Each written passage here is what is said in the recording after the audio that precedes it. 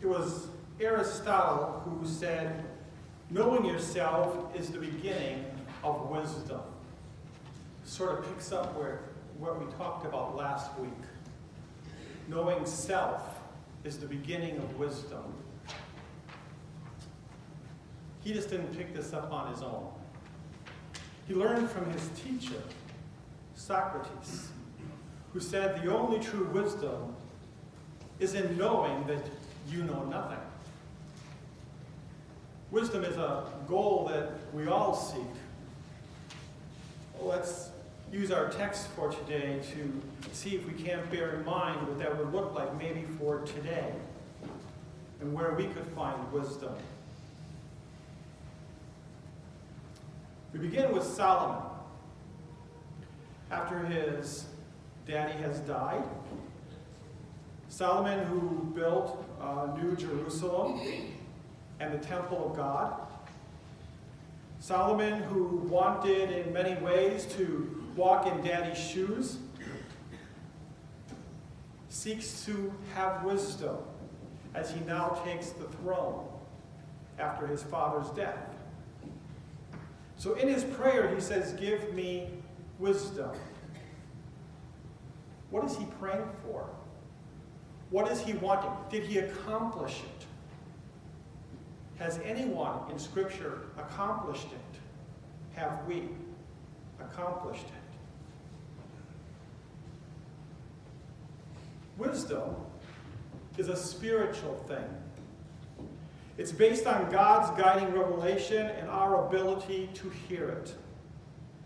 It also includes humility, an honesty of our reality of one's ignorance and weakness and self-centeredness, the understanding that we are unfinished business, a work in progress, if you will, and living into God's still speaking voice that will lead us to wisdom and truth of ourself and of God.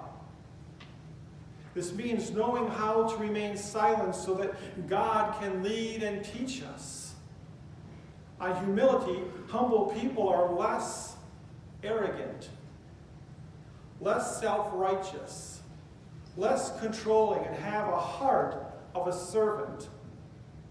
They are in a constant state of reflection of self and of God's call in their life and what that means. Now, we are no different than Solomon, seeking and asking for this wisdom. We read, we go to schools, we watch, we breathe in the world that is around us. But that is raising our intelligence, not our wisdom level. It is no more than technical knowledge that can aid wisdom, but it is not wisdom. The technical knowledge can get us to the moon, but it cannot get us to wisdom. The technical knowledge can get us to the deepest parts of the sea to see what the world looks like, but it cannot give us wisdom. The technical knowledge can help us cure disease, but it cannot give us wisdom. Wisdom begins with intelligence mixed with emotional intelligence, intuition of the world through God's eyes, a heart that sees the world through God's eyes, that has compassion. That's why Scripture several times talks about Jesus seeing people who are being bullied, put down, pushed aside, and it said he had compassion for them. You could say he had wisdom to understand God's love in that moment. Solomon wanted wisdom as a gift. His life to become a great king like Daddy. Maybe after 40 years, they'll be praising me too. He forgot to check himself and began to marry women from foreign lands, to make political treaties between nations. That is going to turn around if we read far enough into the text. It's going to turn around and bite him. And he began not to only pray and worship in these false temples alongside the temple he built for Yahweh, but he's praying to foreign gods and allowing his wife to bring those theologies into the praxis of Israel. On top of this, the man who asks for wisdom, if we read far enough, builds a mighty army with the riches he begins to gain and decides that the only way to keep his enemies from coming after him is for him to take his armies and go after them. Therefore, he has no enemies, including the killing of his own brother, the rightful king to the throne. Now, he began to romanticize the family history. Of course, we don't do that. We don't romanticize history at all, do we? When we romanticize, we start to turn history into a lie that mocks the pain and suffering of the past and make it sound like everything was all so wonderful, everything was so grand compared to now. And we know better than that. We do the same thing. We romanticize the past as the good old days and deny historical truth. We claim to put God first. We call to have the Ten Commandments on the walls of our courtroom, as well as then putting our human failings that are clear in front of us at the same time. And they don't balance out. And the world is spinning out of control. And we think putting 10 laws into brick and mortar will settle the matter. We do that while children without basic needs, children whose homes are being bombed, the poor, the homeless who stand in plain sight, and all we can say to them is get a job. White-collar crimes and political leaders caught on the take, fleecing those in their care. They have the audacity to quote scripture to try to get their hand out of the cookie jar that it just got caught in. They pray on Sunday and then continue to prey on people Monday through Saturday to fleece their own bank accounts. And we plaster the Ten Commandments on the walls of brick and mortar and forget how God commands us to care for the widows and the orphans and to welcome the sojourners in our midst. We forget that Jesus spoke with and loved for the outsiders, for the poor, for the foreigners who sought after him. And he often ended conversations with people who are supposedly important to push aside, to go to those who the world doesn't see, doesn't want to touch, doesn't want to care for. 10 Commandments written in brick and mortar can feed no one or give justice to those who seek simple fairness. The 10 lived out through our hearts can create a new world filled with God's justice. Wisdom begins, my friends, as I said, in our hearts with knowing ourselves. It begins in our hearts. As I stated last week, you can wrap manure in fancy wrapping paper, but that doesn't make it a great present. Imagine, if you will, this coming election cycle.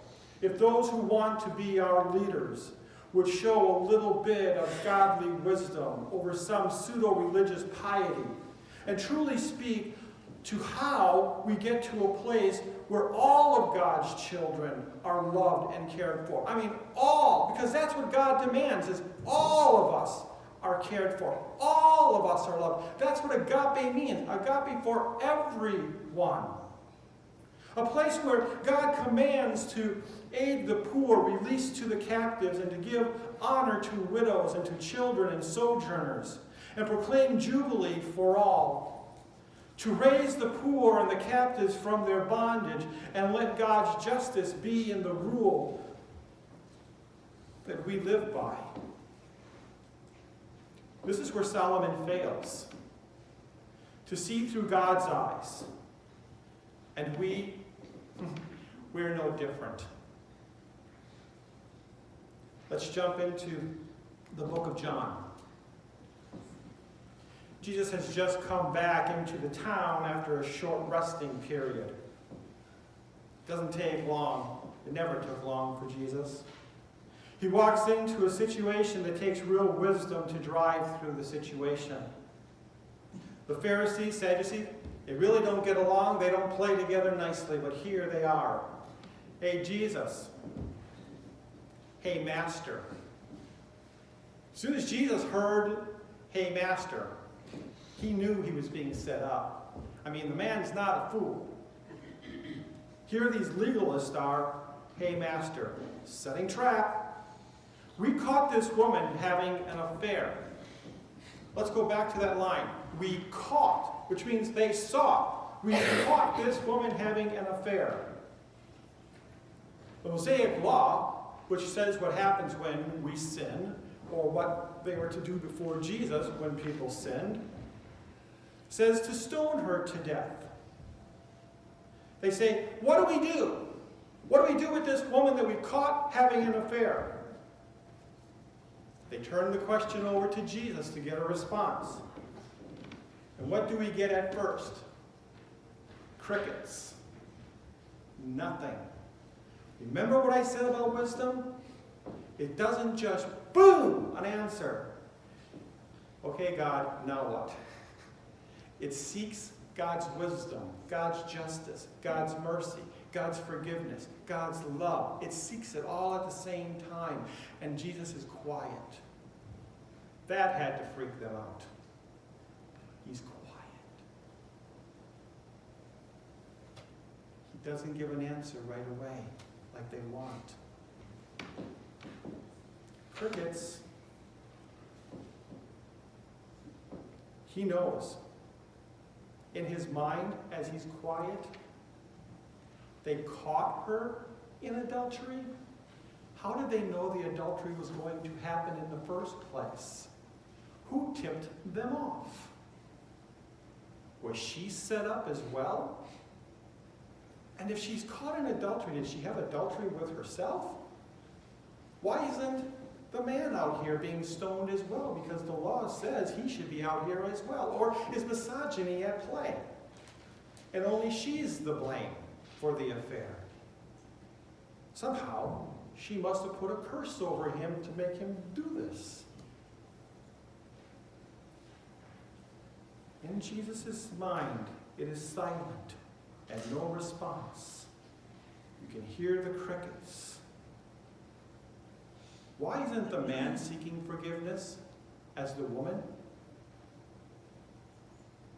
So he bends down and he begins to write in the sand, not saying a word. It's quiet.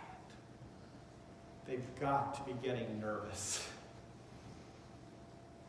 He looks up at them. The first ones among you who have no sin, go ahead, toss a stone. He was challenging their glass house theology. He was challenging the concept that somehow they were righteous and she wasn't. He continues to write in the dirt as he draws this line. I can tell you there have been books written, there have been long conversations in seminaries and in pastors gathering together and in people studying Bible study of what did Jesus write. We can only imagine what he wrote that day. I too have thought of this often, and this one drives me nuts because I like knowing. The science engineer side of me wants to know so I can put it on the blueprint and have a clear picture of what I'm looking at, and it drives me absolutely bonkers. So I pondered and I pondered and I pondered, and as I began to think of this story, detail by detail, them setting up and what Jesus' response was and the wisdom of Jesus seeking out God and having that center place of knowing self and knowing God and knowing where Jesus is about to go for the rest of this story. It appears to me that in a modern way, not word by word, but in a modern way, I see Jesus drawing that line in the sand. Hashtag enough. Enough of the finger pointing. Enough of the self-centered righteousness. Enough of thinking that you're better than somebody else. Enough. I didn't come here for the self-righteous. I came for those who are hurting and crying and seeking justice. I came for righteousness. Enough. Back to love, please. Hashtag enough. Underneath the line. Hashtag me too. I get the misogyny that's taking place today. I get it very well. She's to blame, I guess, because she did something to cause this to happen. It was her fault, you know. It's always the woman's fault. He understood the day. He gets angry, she gets beaten. He gets angry, she gets blamed. The world falls apart, it's woman's fault. They should just stay in their place. Jesus understood what it was like to be pushed on, beat on, and bullied. Hashtag me too. None of us from the beginning of time till today and beyond, none of us are innocent. All of us are guilty. That's the reason for Jesus. All of us need to seek wisdom as demonstrated and lived out by Jesus, to listen to God's commands, to listen to God's way, to seek God's justice, to seek God's love, to seek the way. In our faith, it is Jesus who has true wisdom. And in Scripture, it is Jesus who only has true wisdom and is true wisdom. It is why he is called Logos, the Word. You know, as I stated before, wisdom is a spiritual thing. It's based on God's guiding revelation, our ability to hear it. It also includes humility, an honesty of our reality of one's ignorance and weakness and self-centeredness, the understanding that we are unfinished business and God is not done with us yet. A work in progress are we. And living into God's still speaking voice will lead us to wisdom and to truth of ourselves and of the world around us. This means knowing how to remain silent so God can lead and teach. On humility, humble people are less arrogant, less self-righteous, less controlling, and have a heart of a servant. They are a constant state of reflection of self and God's call in life. My friends, let us listen. Let us learn. Let us walk humbly with our God. In this, we will discover wisdom, for God will lead us to truth if we only stop and ponder who we are and who calls us. Let us listen. Amen.